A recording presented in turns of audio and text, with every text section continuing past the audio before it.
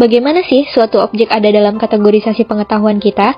Perkenalkan, kami dari kelompok 5 yang beranggotakan Tala, Rama, Laras, dan Aza akan menjawab pertanyaan tadi. Kami berasal dari kelas Psikologi Kognitif B dengan dosen pengampu Eliana Dwi Farisandi, Prodi Psikologi, Fakultas Humaniora dan Bisnis, Universitas Pembangunan Jaya. Sebelum itu, kita perlu mengetahui apa sih pengetahuan itu? Pengetahuan adalah bagaimana kita mengenali dan memahami suatu objek. Kesimpulan mengenai objek tersebut disebut conceptual knowledge. Pengetahuan ada dalam bentuk konsep. Konsep berasal dari informasi sensoris atau semua hal yang bisa ditangkap oleh panca indera seperti visual, sentuhan, suara, gerakan, dan lain-lain. Serta informasi makna yang mencakup hal-hal selain sensoris. Contoh, informasi sensoris yang ada dalam konsep tentang kucing peliharaanku adalah dia punya telinga yang lancip, punya kumis, berbulu, punya ekor, berwarna coklat, punya cakar, dan punya 4 kaki. Sementara itu, informasi makna yang ada dalam konsep tentang kucing peliharaanku adalah dia adalah hewan kesayanganku, suka mencakar, dan dia hanya diam saat makan. Selanjutnya, ada kategori yang mencakup semua kemungkinan yang ada dalam konsep-konsep tersebut. Sama dengan konsep, kategori juga didapatkan berdasarkan informasi sensoris dan makna. Aku mengkategorisasikan kucing peliharaanku dengan kucing lain lewat informasi sensoris. Mereka sama-sama punya telinga yang lancip, punya kumis, punya ekor, punya cakar, berbulu, dan punya 4 kaki. Lebih luas lagi, aku bisa mengkategorikan kucingku dengan binatang lain. Kucing, anjing, dan kuda dalam gambar ini sama-sama berbulu, mempunyai ekor, 4 kaki, dan telinga yang lancip.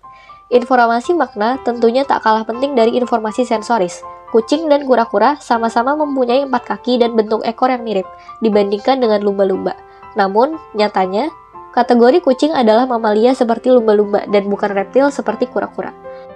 Karena informasi makna, kucing dapat menjadi satu kategori dengan objek lain yang informasi sensorisnya jauh berbeda.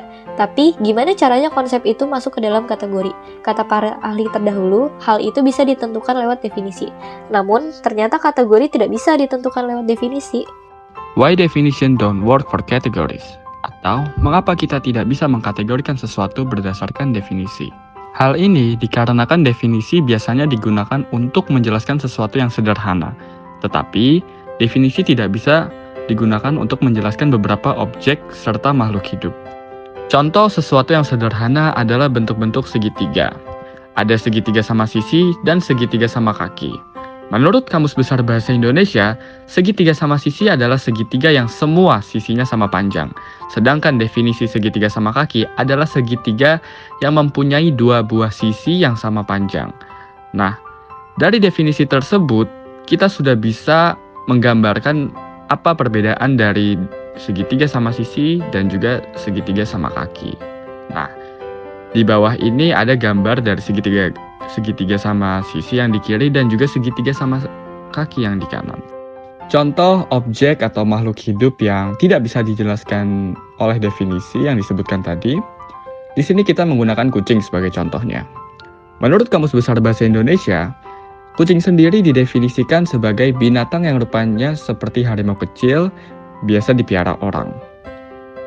Nah, namun dari keempat gambar kucing yang disajikan, mungkin hanya kucing yang paling kiri yang berwarna oranye yang memiliki rupa seperti harimau.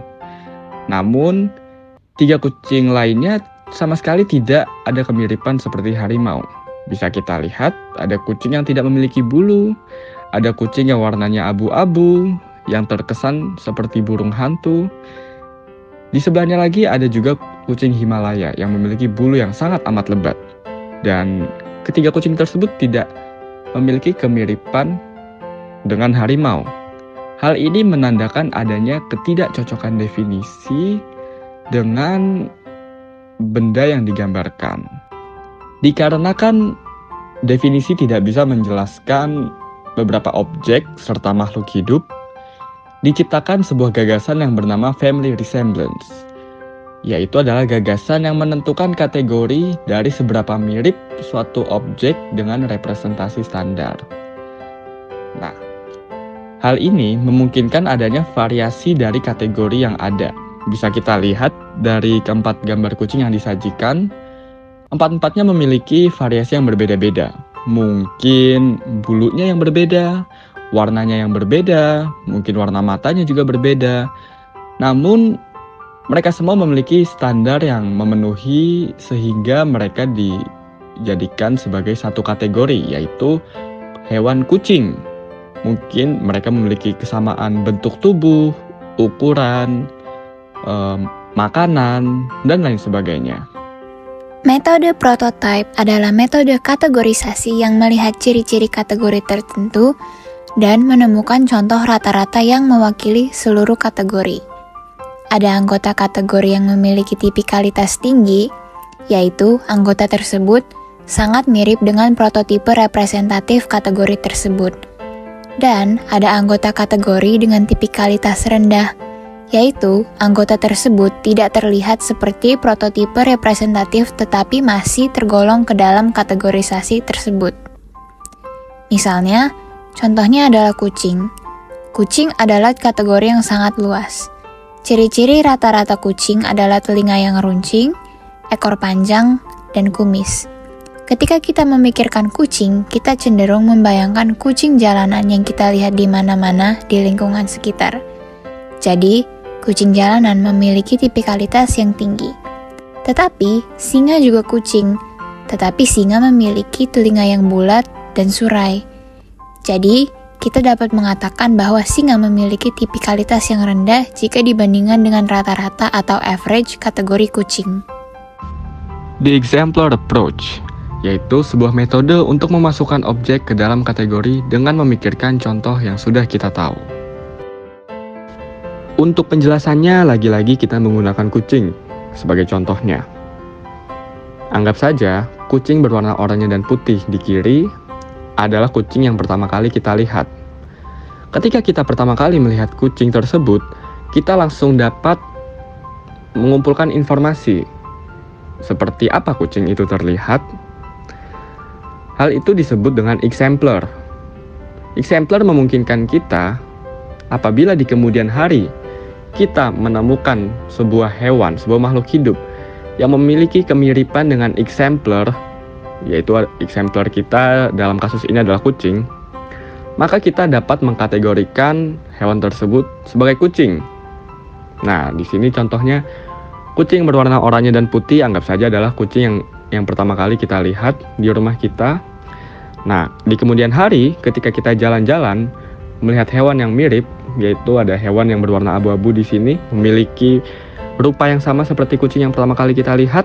Nah, hewan tersebut langsung kita kategorikan sebagai kucing. Pendekatan mana yang bekerja lebih baik, prototype atau eksemplar? Salah satu keuntungan dari pendekatan eksemplar adalah bahwa dengan menggunakan contoh nyata, dapat lebih mudah memperhitungkan kasus-kasus atipikal. Keuntungan lain dari pendekatan eksemplar adalah bahwa ia juga dapat menangani lebih mudah dengan kategori yang sangat bervariasi. Kita semua tahu bahwa kucing memiliki berbagai macam jenis atau ras. Contohnya seperti ketika kita pergi ke sebuah pet shop yang penuh dengan berbagai macam ras kucing dan kita bisa membedakannya antara kucing Scottish, Sphinx, Persia, dan sebagainya. Selanjutnya adalah pandangan kekhasan berdasarkan ideal. Studi ini menjelaskan bahwa dalam kategori tertentu ada contoh baik dan buruk, di mana contoh terbaik atau paling umum ditemukan untuk berbagi banyak fitur dengan anggota kategori lain. Apa yang orang anggap tipikal bisa berbeda-beda sesuai dengan lingkungan mereka. Contohnya seperti tipikalitas kategori kucing akan berbeda untuk orang Indonesia yang tinggal di pedesaan versus orang barat yang tinggal di London. Orang Indonesia cenderung menganggap tipikalitas kategori kucing sebagai kucing kampung, sementara orang barat cenderung menganggapnya sebagai kucing yang berbulu lebih panjang. Kesimpulannya adalah, pengetahuan kita terdiri atas berbagai konsep yang dimasukkan dalam berbagai kategori, dengan pendekatan prototype dan eksemplar. Cara kita mengkategorisasikan sesuatu juga tergantung di mana lingkungan atau budaya tempat kita tinggal. Ada berbagai metode kategorisasi, masing-masing dengan cara dan keuntungannya sendiri. Metode yang paling cocok digunakan kembali lagi kepada diri individu masing-masing dan situasi yang sedang dihadapi. Sekian presentasi dari kelompok kami, berikut adalah referensi yang kami gunakan.